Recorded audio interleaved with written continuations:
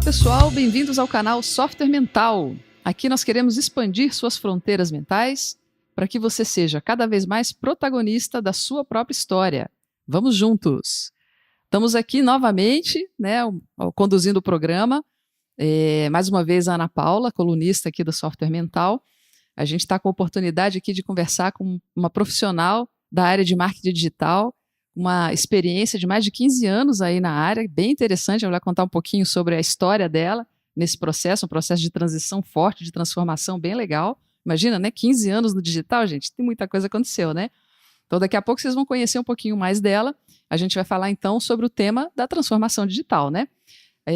Lembrando, gente, que aqui o nosso canal Software Mental, ele tem o apoio técnico da Atena Mídia. Então, vamos lá. Nós estamos aqui hoje com a Camila Leite, né, Camila? Que trabalha na RPC, não é isso, Camila? Isso mesmo, Ana. Joia. Eu vou pedir para você, Camila, apresentar um pouquinho, falar um pouquinho sobre você, para o pessoal conhecer, falar um pouquinho da sua história, da sua trajetória, da sua vida profissional um pouco, e depois a gente vai trazendo aí essa sua experiência para a pegada aqui do nosso canal, tá bom? Sim, obrigada, Ana. Obrigada pelo convite. Obrigada a todos da equipe. Olá a todos. Bom, eu sou Camila, sou uma paulistana. Eu brinco que eu sou uma curitibana paulista, né? Porque eu sou uma paulistana por natureza, mas estou em Curitiba já há 15 anos. Trabalho na área de marketing e comunicação há bastante tempo, na época em que o display só era estático, só podia colocar isso. Sou uma estudiosa da área, sou muito interessada e pesquiso bastante. Minha formação vem da administração, depois passando por MBA em gestão empresarial, de negócios, e o marketing digital, né? O marketing digital eu já sou apaixonada desde quando surgiu, mas eu acho que eu sou mais pé no chão, eu me considero mais pé no chão porque eu gosto de ver todos os viés, né? Não acho que a área seja tudo que existe, né? Então, por isso que eu estudo a base do marketing, das marcas, enfim, eu foco bastante na parte também comportamental, então eu abro minha mente para diversas opções para formar essa massa crítica que a gente tanto precisa, né? Então, estamos aí. Legal, eu acho bacana, Camila, porque a sua trajetória profissional tem uma questão interessante dessa transição, né, do analógico, vamos dizer assim, para o digital. E que é um grande desafio de várias empresas hoje que estão no mercado. Você está numa empresa que está fazendo essa transição também, né, da televisão, a televisão do analógico para o digital, para conversar com a internet e tudo mais. E muitas empresas também estão nesse processo, né, que estavam acostumadas com a porta aberta a vitrine na rua ou num shopping, que é um tipo de experiência, e hoje enfrentando concorrência de um mundo digital, de um meio digital, as livrarias, por exemplo, enfrentando a Amazon e tantas outras que estão operando nesse mundo digital, que tem uma outra lógica, uma outra forma de funcionar. Então, acho bacana de explorar um pouco essa sua percepção, né, desse processo de transição. E eu sei que você pesquisa bastante, já esteve lá em vários eventos, inclusive, do assunto, né, trouxe muita novidade. Fala um pouquinho para a gente sobre esse processo aí, dessa transição que acontece. Então, eu venho da área, a minha base, eu comecei a aprender sobre comunicação fazendo mídia outdoor, fazendo mídia, trabalhando com assessoria de imprensa, comunicação como um todo, né? Então, eu tive a oportunidade de conhecer a base do negócio. Quando surgiu o marketing digital ou as mídias digitais, né? Ela surgiu como um complemento daquilo. Então, além daquilo que a gente já fazia, vamos fazer outros tipos, atingir outros canais, né? Eu trabalhava com a marca Coca-Cola, então ela traz essa possibilidade de você explorar todos os canais ao mesmo tempo. E nem por isso a gente, em momento algum, deixou de fazer algum. Apenas acrescentou. Então, eu acho que a minha carreira e a minha experiência vem com base nisso. Sempre a complementariedade das coisas. Eu nunca tive a experiência de ter uma campanha ou um desafio onde dissessem para mim, olha, eu só quero esta parte. Muito pelo contrário, eu tive a possibilidade de explorar diversas ferramentas simultaneamente, e aí vem mais um desafio, né? Porque cada ferramenta tem um objetivo diferente, tem uma natureza diferente, uma experiência, um contato diferente com quem a gente está falando, mas sempre foi a complementariedade desde então. E agora também trabalhando numa empresa multimídia, não tem como escapar dessa natureza. E na prática a gente percebe qual que é a importância real de se fazer isso, né?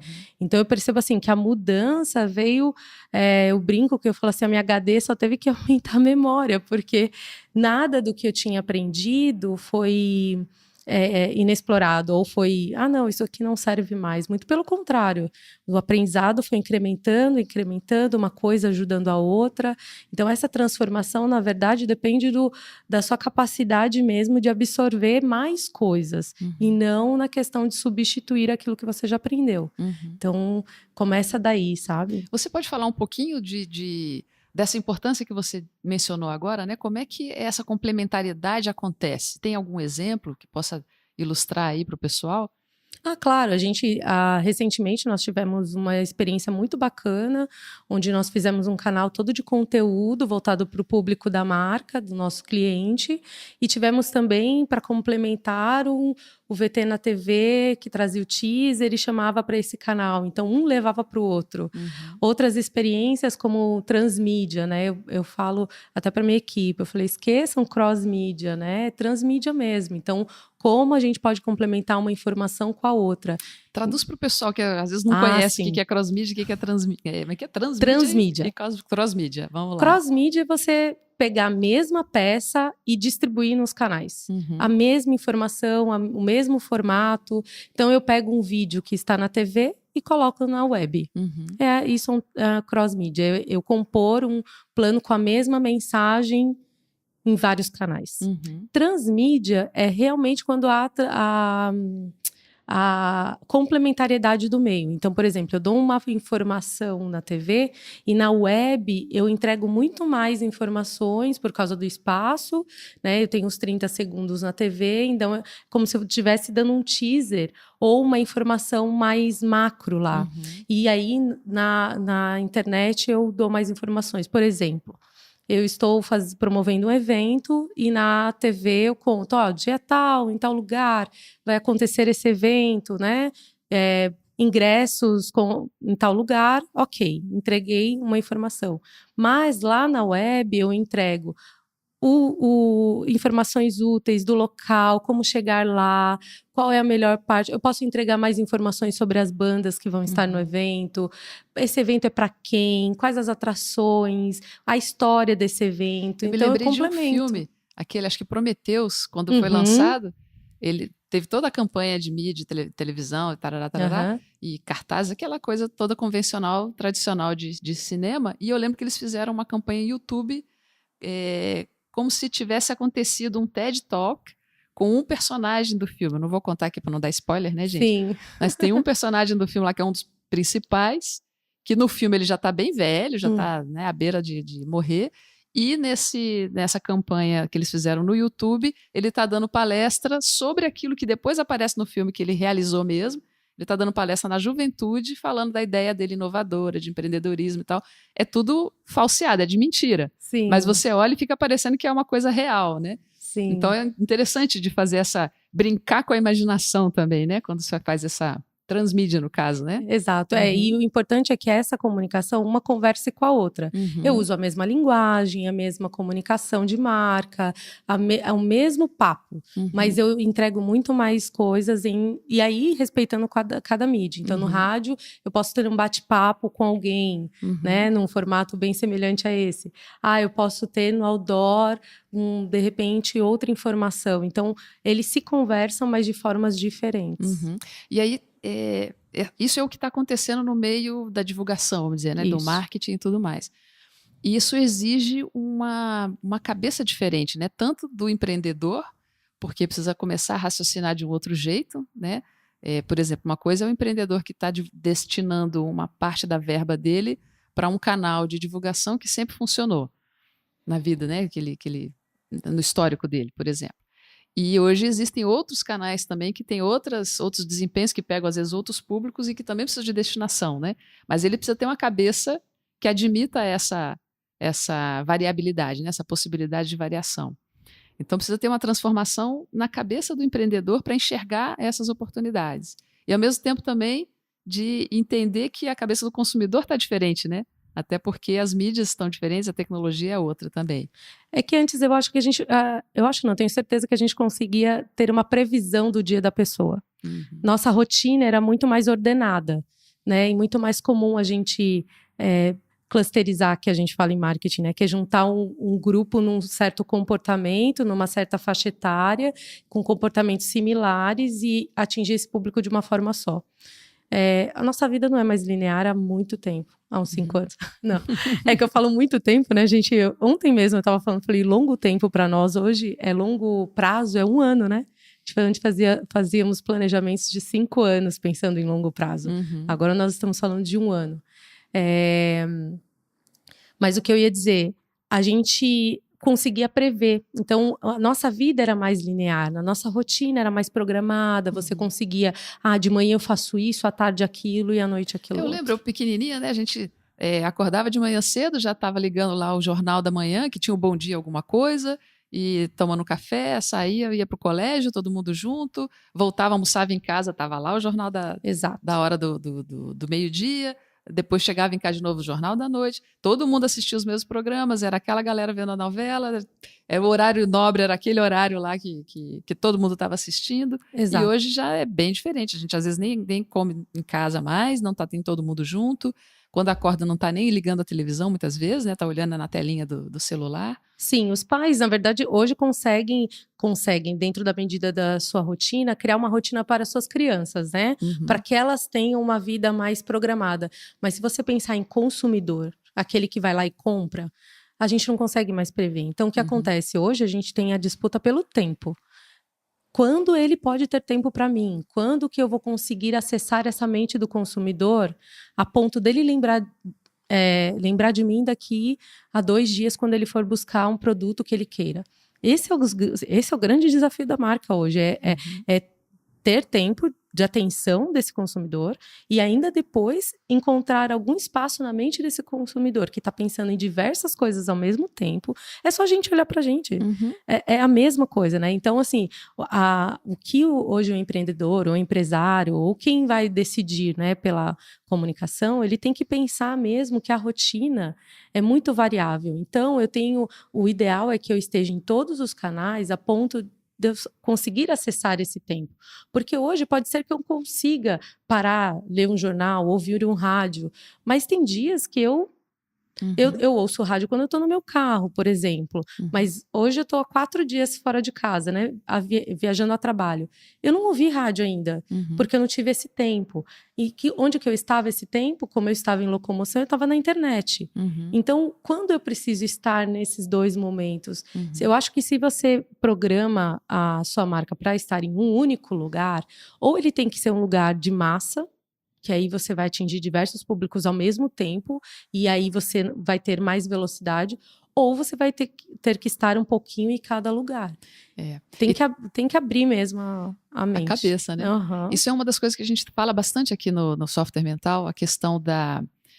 o nosso propósito é esse de capacidade de transformação e de resposta à velocidade com que as coisas estão mudando. Então, é muito comum encontrar empreendedores, por exemplo, que já estabeleceram na cabeça deles como é que eles fazem, qual é o caminho do dinheiro, né? Como é que o dinheiro chega no negócio dele. E a hora que ele estabelece isso, uma dificuldade danada para fazer uma mudança, de flexibilizar.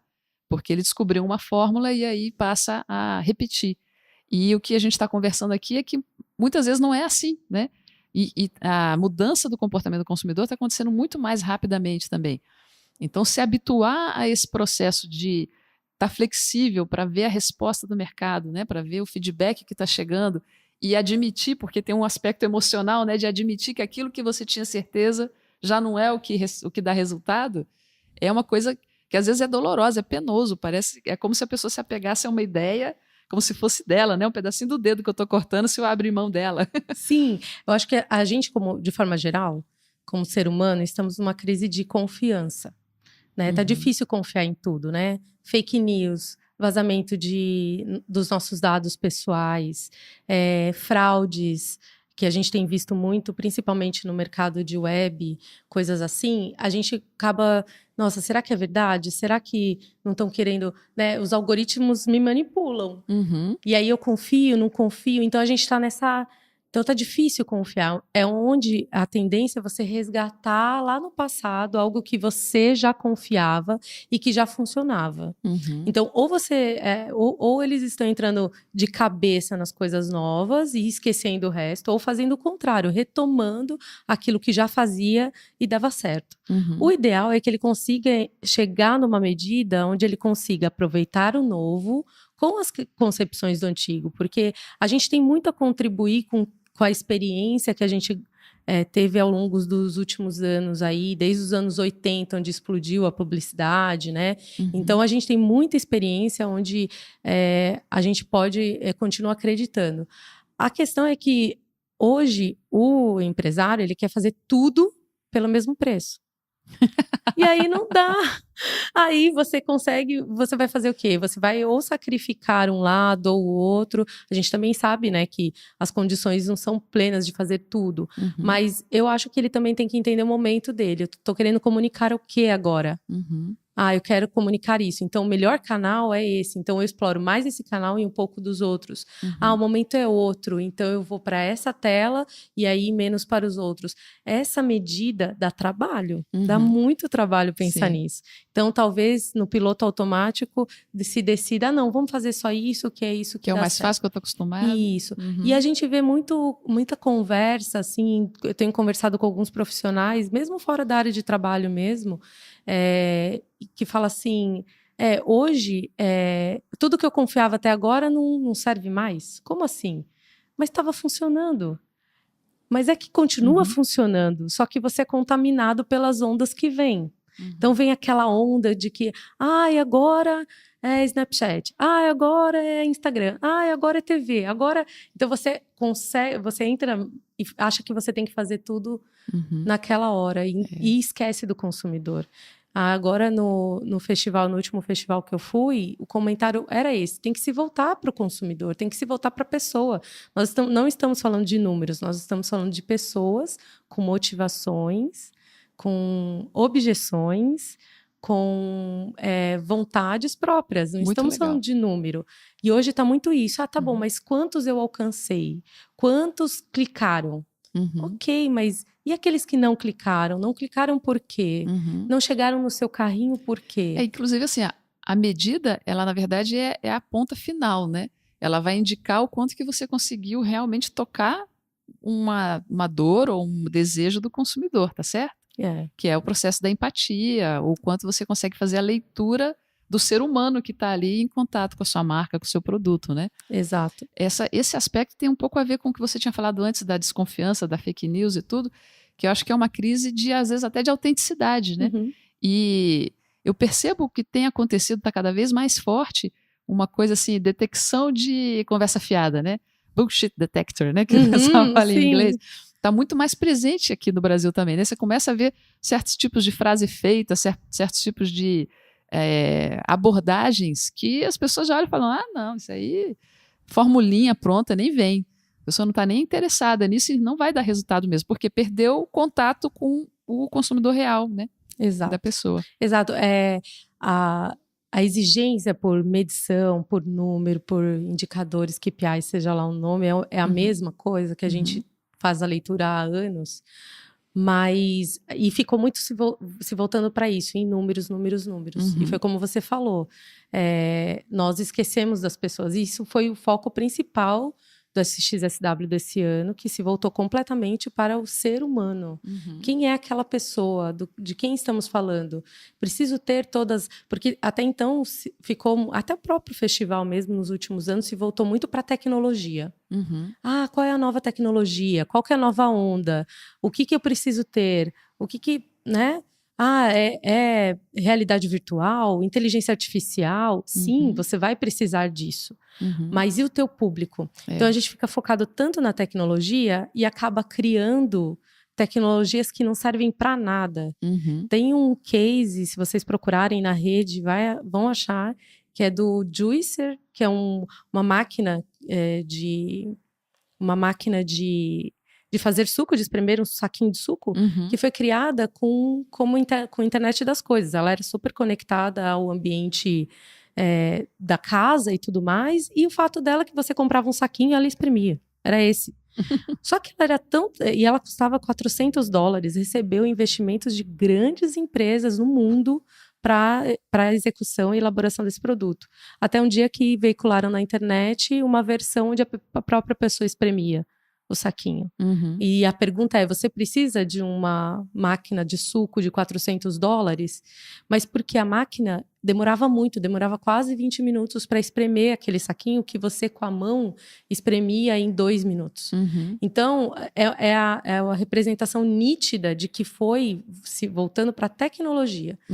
Tinha graça se conectar com todos, com seu iPad, com o seu celular, mas olha a funcionalidade essencial da máquina, que é do ser humano. Então, quem vai pagar $400 por uma coisa que eu posso fazer na mão, tendo o mesmo efeito?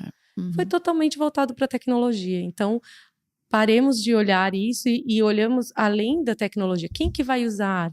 Essas pessoas estão preparadas para isso, né? Por isso que a gente tem visto retornar modelos de celular analógicos, só com a função do teclado, sem touch, né? Alguns celulares com os números grandes, sim, para pessoas idosas botão ou que de têm pânico também. Exato, que tem dificuldade de enxergar. Então, funcionalidade e simplicidade. É a tecnologia a serviço da necessidade, né? Às vezes esse tipo de história eu fico ouvindo assim, eu vi uma imagem mental na minha cabeça que é tipo assim, ó, você tá assistindo futebol, adoro futebol. Você tá assistindo um jogo de futebol. Aí tem aquele cara lá que você fica feliz quando ele entra em time entra em campo, que é do seu time, porque você sabe que esse cara, ele faz gol. Ele joga feio, ele é truculento, mas quando esse cara entra, ele faz gol. Pronto. E aí tem aquele outro cara que você até, legal, divertidinho, né? Faz muita embaixadinha, faz bastante... Um monte de firula. Um monte de firula, e dribla, e joga bonito e tal, mas gol que é bom, nada. Então, às vezes parece isso, né? A tecnologia parece que esse cara da embaixadinha, das dribladas e tal, mas para aquilo que é o que a gente precisa, não está realmente respondendo, né? E aí está perdendo contato com o público, né? Eu estou ali para ver o quê? Eu quero ver meu time ganhar. Eu não quero ficar vendo show de malabarismo com a bola. Ok, se tiver isso e gol também, ótimo, excelente, maravilhoso. Mas se não tiver gol, não resolve. Então a tecnologia só por si. E outra coisa, às vezes não tô disposto a pagar, né, por uma coisa que é só visual, porque não está gerando o objetivo final. E isso eu vejo tanto do ponto de vista do consumidor quanto do ponto de vista do empresário também, né? No fundo, o empresário ele vai fazer as contas. Vem cá, isso aqui realmente está trazendo o retorno que eu preciso? Agora, tem um elemento interessante, né, desse processo digital, que as métricas estão mais precisas, me parece, né? Com a utilização do que o consumidor tem, a gente tem como saber se ele realmente gostou ou não gostou de uma campanha ou de um produto, esse tipo de coisa, porque a métrica está mais precisa nesse sentido. A gente tendo cuidado de não se perder na métrica, mas sabendo analisar o que ela quer dizer no comportamento, não é isso? Exato.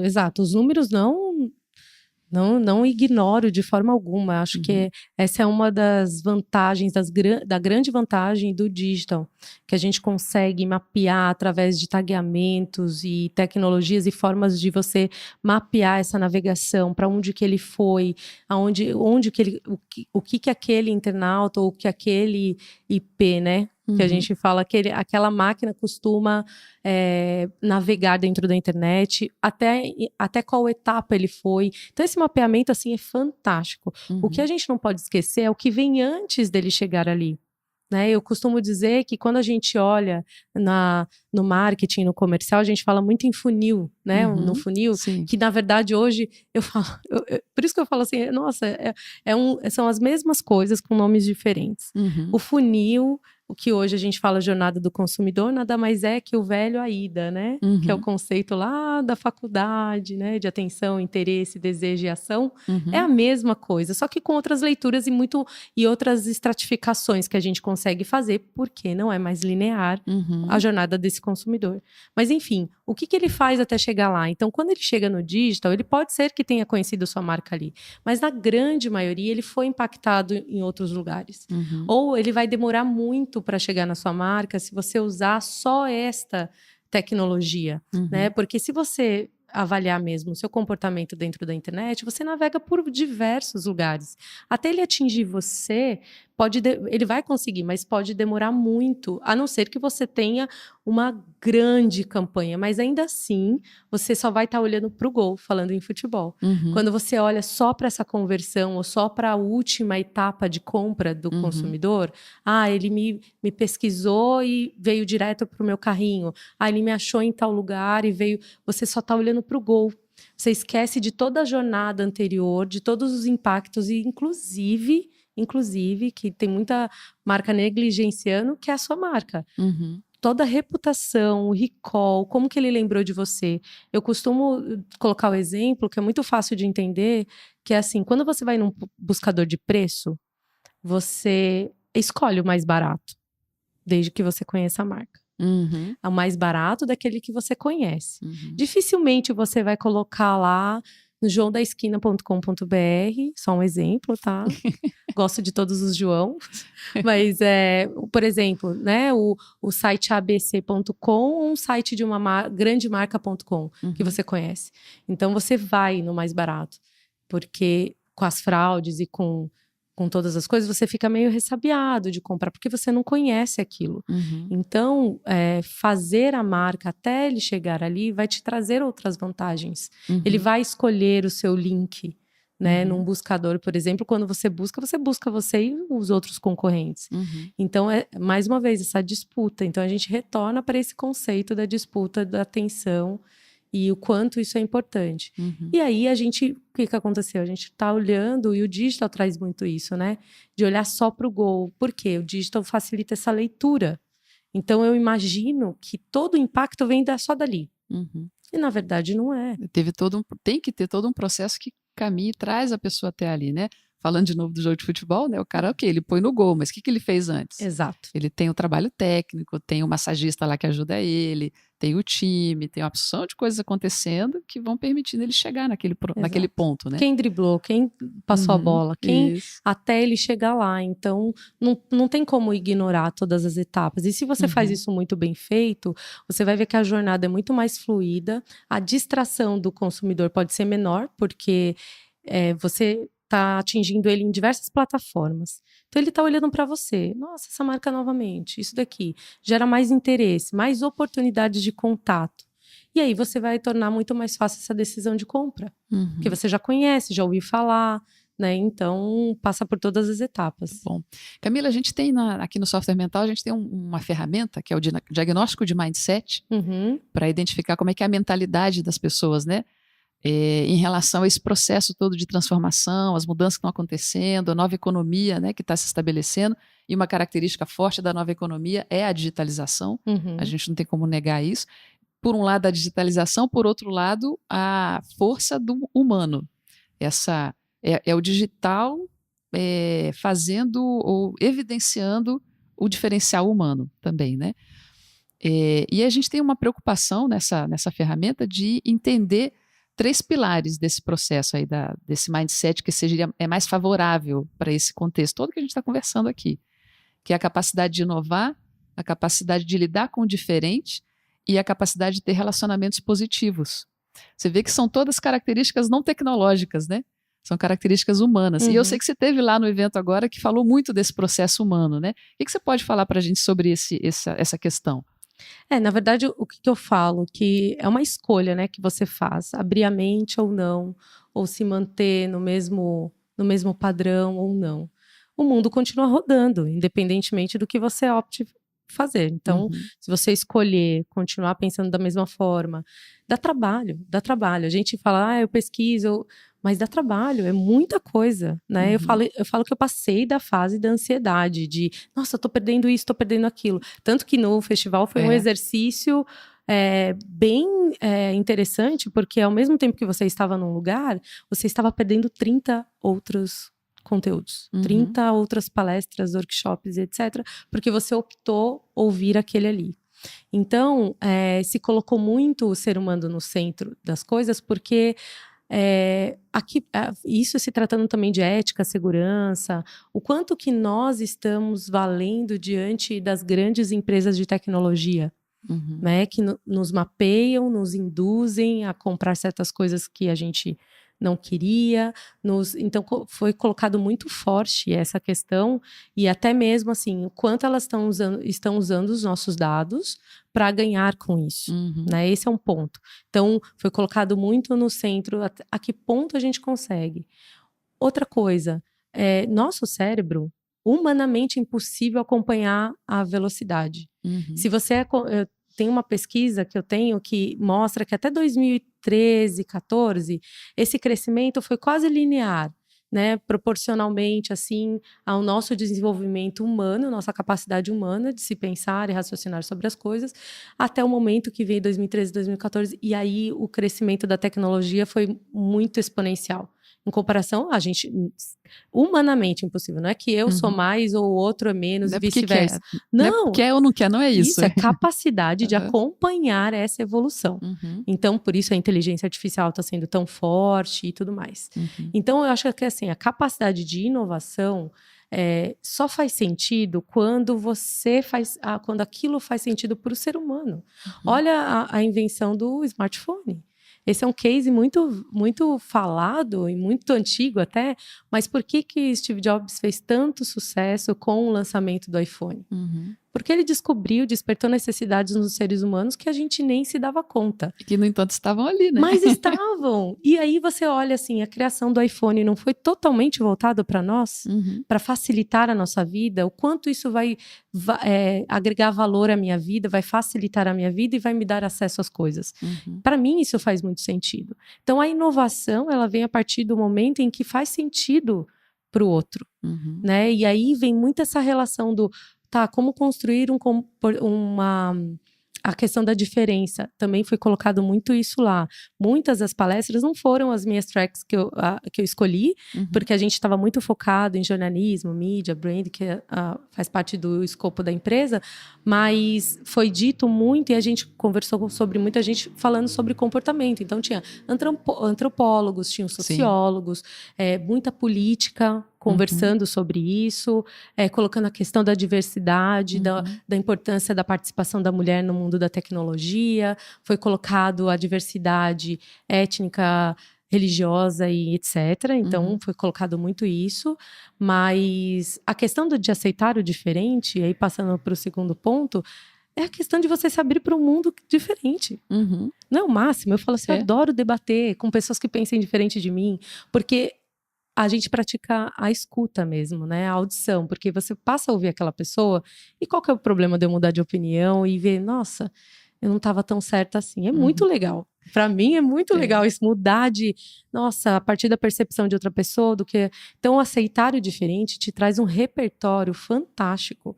É muito legal você dizer assim, nossa, eu pensava desse jeito e agia dessa forma. Agora que eu conversei com fulano, com ciclano, eu posso pensar de outra forma e cheguei a uma outra conclusão juntando as duas percepções. Isso é inovação. Aí volta no primeiro ponto da inovação, né? Você consegue inovar a partir do momento que você consegue ligar, fazer algumas sinapses a partir de informações distintas. E como que você vai ter informação diferente? Como que você quer inovar se você não se abre para conhecer o outro, a diferença entre uma coisa e outra, de um pensamento do outro? Como desenvolver a massa crítica se você não consegue se abrir para o novo, se você quer pensar daquela mesma forma? Eu acho que a gente está bem numa fase interessante de aprendizagem como grupo humano, nessa questão de lidar com o diferente, né? Que teve uma época, uma fase em que cada um estava completamente isolado nas suas tribos, completamente ou razoavelmente isolado na sua região, por exemplo, na sua cultura, e tinha pouco contato com outras, né?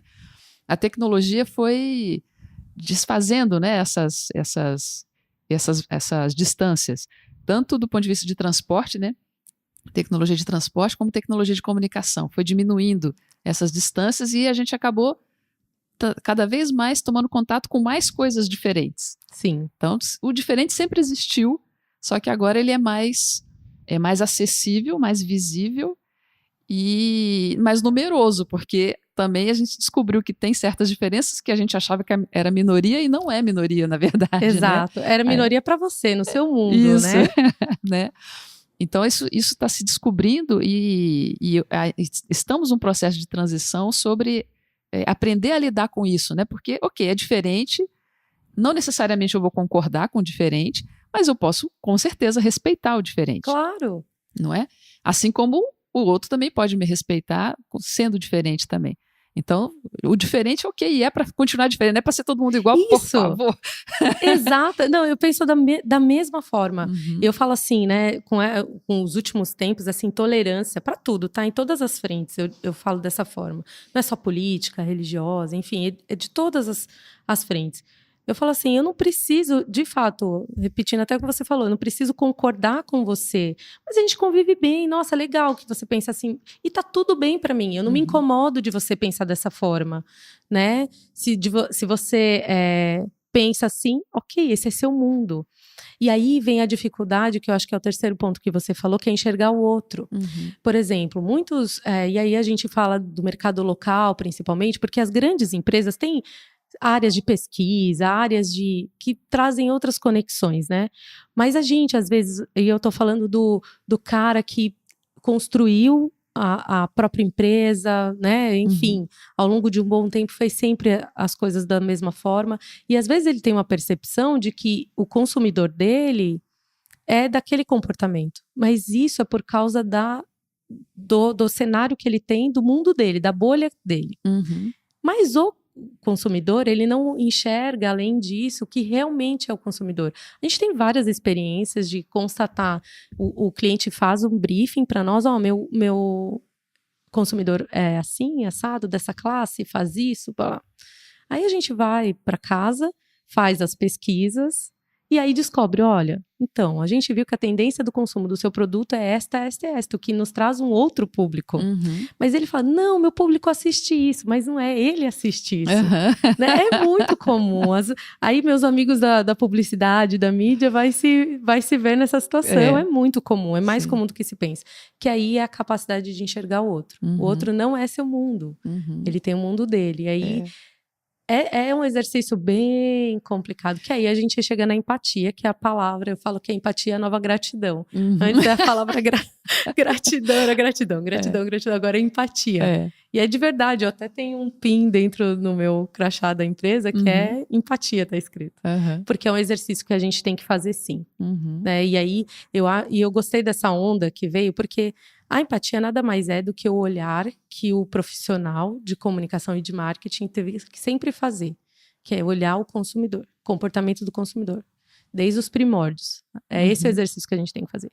Só que a empatia eu acho que vai um pouco além disso, é muito mais profundo, é muito mais sentimento, história daquela pessoa, de onde que ela veio. Por isso que a gente cria as personas hoje, né?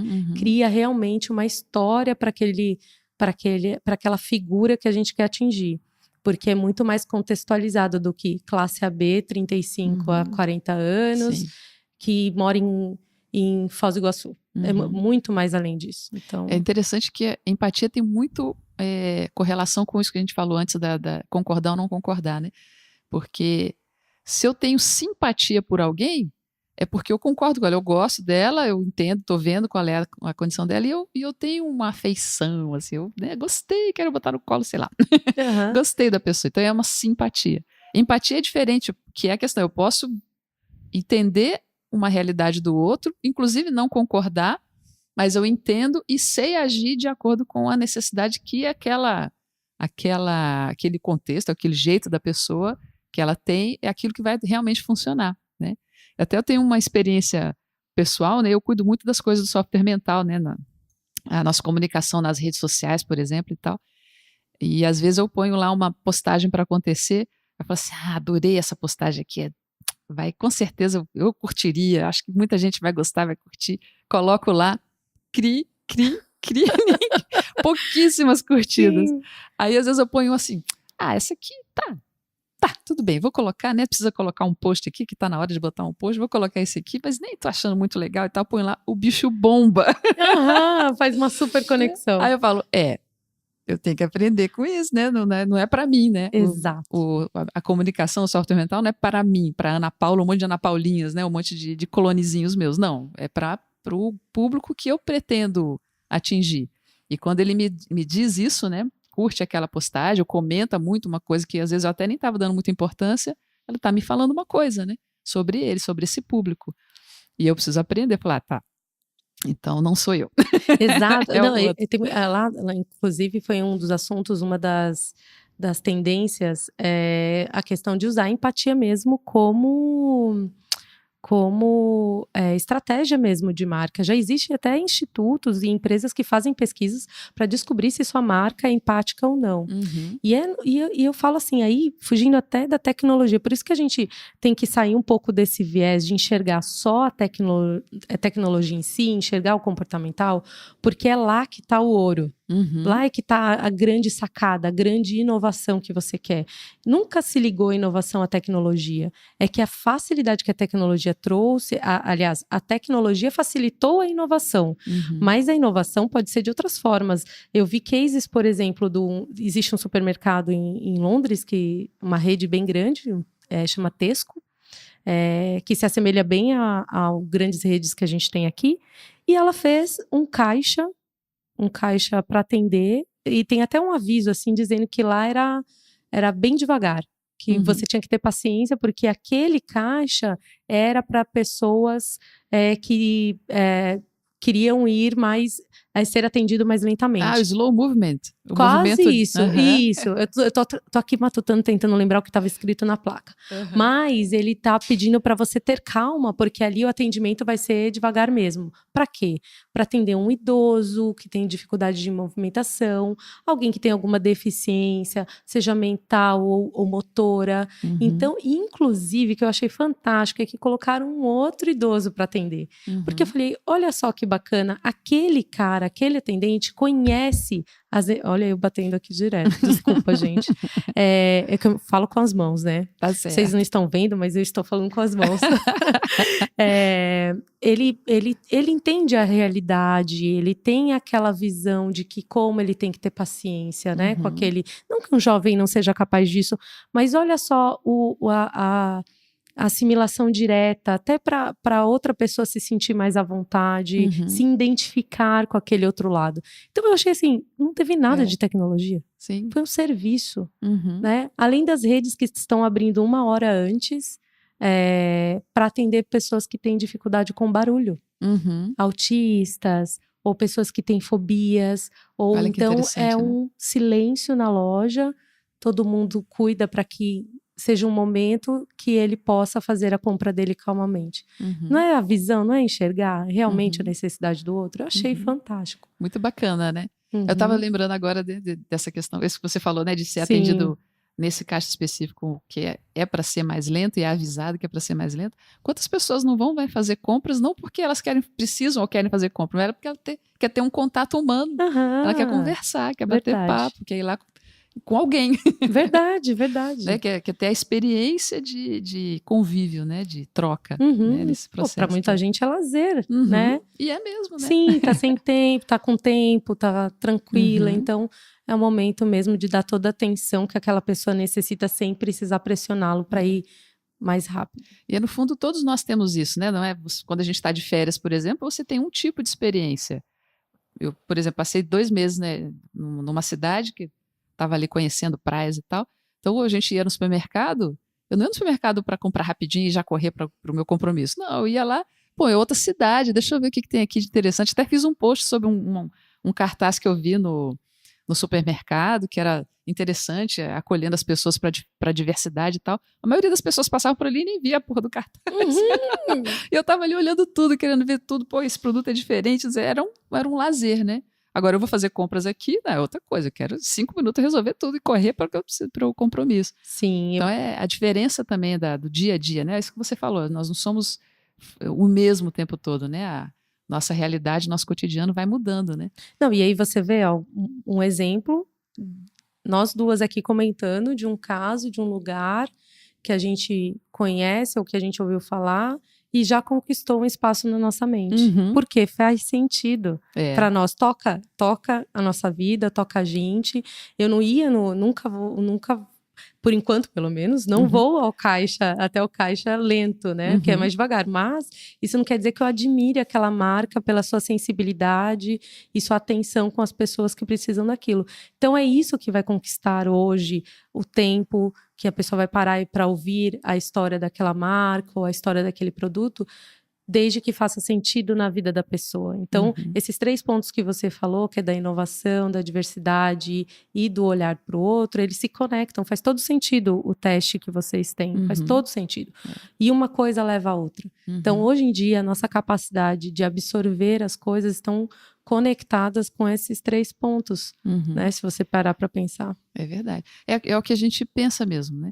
E é o que vai ajudar a pessoa a estar mais adaptada ao que está acontecendo, né, de transformação. Quanto mais ela tiver essas habilidades, mais ela vai ter condição de estar respondendo de uma maneira que ela se sinta bem também. Não é porque que o mercado é importante, eu preciso de ganhar meu dinheiro e ter minha sustentação. Tudo certo, é isso mesmo e precisa mesmo, né? Sim. A gente não pode ficar aí dependendo dos outros. Mas é também por uma questão de bem-estar. É muito chato, né, a pessoa não conseguir... ela se sentir para trás, por exemplo, ou não está conseguindo responder às mudanças que o mundo está fazendo, né? Ela vai se sentindo inadequada. Isso não é agradável, né? Para a maioria das pessoas, pelo menos. Não sei se tem alguém que fica satisfeito em não estar adaptado. Sim, e eu acho assim, ó, a gente também tem que ter o olhar, e aí tudo faz sentido, assim, quando eu paro para pensar que a gente tem que pensar no indivíduo, a gente pensar em pequenos grupos, em pequenos, né? Eu olho para minha equipe, por exemplo, e eu não posso ensinar a mesma coisa da mesma forma para todos. Cada um tem o seu e eu sempre falo assim, eu expliquei 1, 2, 3 vezes e você ainda não entendeu. Como eu posso explicar melhor para você de uma forma que você compreenda? Porque às vezes o meu jeito não está se conectando com a sua forma de aprendizagem. Como que você aprende? Você sabe que a pessoa fica olhando e ela não sabe responder. Então, acho que também o olhar para o outro é olhar para si. Como eu aprendo? Qual que é o meu modus operandi? Como que eu aprendo melhor? Porque assim, a gente vai ter que encontrar o nosso jeito de se adaptar. Eu não quero me adaptar. Sim. É uma escolha. Você pode não se adaptar, só que você vai ter que procurar onde você pode se encaixar se você não se adaptar. Hoje tem tribo para tudo, né? Tem formas de você continuar no mercado, só que não espere que você esteja numa companhia que depende desta adaptação para sobreviver. Você tem que procurar uma companhia, uma atividade que você possa continuar fazendo da mesma forma que você faz. Existe espaço? Existe. Existe mais espaço de um lado ou de outro? Existe. Mais uma vez, é uma escolha. E dá trabalho, né? A gente chega numa fase que eu falo, meu Deus, eu não vou parar de estudar. Mas não vou mesmo. Não vou. Bom. Então, é uma escolha. E às vezes o sofrimento não é porque a pessoa não está conseguindo se adaptar, mas é porque ela está em conflito, né? Exato. Ela está agindo de um jeito e está desejando uma outra coisa. Isso. É uma questão de alinhar e equilibrar esses 2 pontos, né? Por exemplo, tem várias pessoas fazendo, eu vou fazer essa imersão no Vale do Silício, vou fazer essa imersão. Eu fui lá e fiz sozinha. Fiz o meu roteiro, conversei com algumas pessoas e fiz sozinha. Aí o outro, eu falei, porque daí eu fico à vontade, falo com quem eu quero, né, dependendo dos acessos que a gente tem. Aí tem outras, tá todo mundo fazendo isso, eu também tenho que fazer. Tá, mas é o seu jeito de aprender? É assim que você vai aprender? Tá todo mundo fazendo aquilo. Aquilo é só a forma. Então é o olhar para si também. Acho que as pessoas, o autoconhecimento nos traz essa possibilidade de você encontrar seu formato ideal sem que você sofra. Porque se você não encontrar o seu jeito, vai ficar sofrendo, né? Porque faz igual o outro. Super concordo. Não é. Tem que ser mesmo. Sem sofrimento, tem que ser uma jornada muito legal isso. E é por isso que eu me encanto, porque eu procuro o meu jeito, sabe? De fazer, assim, as coisas para que seja confortável para mim, que seja uma coisa boa. Porque se não for boa, você não vai absorver, não vai aprender, não vai... Um dos palestrantes lá, eu vi essa frase e guardei. Ele falou assim, você não precisa saber de tudo. Você precisa saber no que prestar atenção. Nossa, então, excelente frase pra gente fechar. Não é? Adorei. Pra gente, não enlouqueçam, gente. Não enlouqueçam achando que você, nossa, eu tenho que saber, nossa, eu não vi isso ainda. Não assisti essa série, não assisti isso aqui, não li esse livro. Não. Repete a frase então, vamos lá. Você não precisa saber de tudo. Você só precisa saber no que prestar atenção. Yes. Depois eu te passo o autor e você coloca lá na legenda. Já, eu vou na descrição do vídeo. Isso aí, fantástico. Muito bom, Camila, brigadíssimo, ótimo papo, gostei demais. Vamos aproveitar muito essas informações aí, pessoal, também aproveitem. Vocês tendo uma dúvida, alguma questão, olha, põe aí nos comentários, a Camila vai estar acompanhando também aqui a sequência, né, depois quando a gente fizer a postagem dos vídeos, vai poder participar também. Então, acompanhe a gente e olha, se você quiser fazer esse teste que a gente comentou aqui, o diagnóstico do Mindset, tem uma versão gratuita dele disponível lá no nosso site, é só entrar no softwaremental.com.br e na primeira página, na homepage, já tem lá o link para você fazer a versão resumida, né, rapidinho ali, para você já ter uma ideia de como é que você está no primeiro pilar lá, que é o da capacidade de inovar. Então, entra lá, experimenta, vê como é que você está e acompanha a gente nas redes sociais, que a gente está sempre falando sobre esses elementos aí, esses 3 pilares e várias outras coisas importantes para a gente estar atualizado, up to date aí com as mudanças, as transformações digitais. Obrigada então, Camila. Obrigada a você, Ana. Obrigada à equipe do Software Mental. Espero que tenha contribuído em alguma coisa para quem está ouvindo. E como a gente falou, não precisa concordar com tudo. Isso aí. Mas incremente aí. Espero que o papo foi ótimo.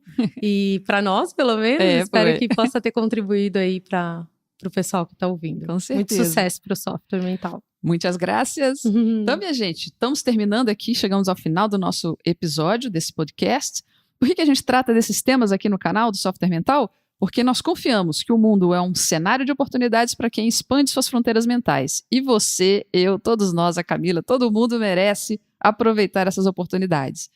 Siga aí o nosso canal, então, convide alguém que você acha que pode gostar e se beneficiar dessas ideias. Siga aí as nossas redes sociais, nós estamos lá com @softwaremental para tudo que é lá. Qualquer rede social que você pensar aí, a gente está lá, com certeza. Tá joia? Um abraço e até o próximo episódio. Tchau, tchau.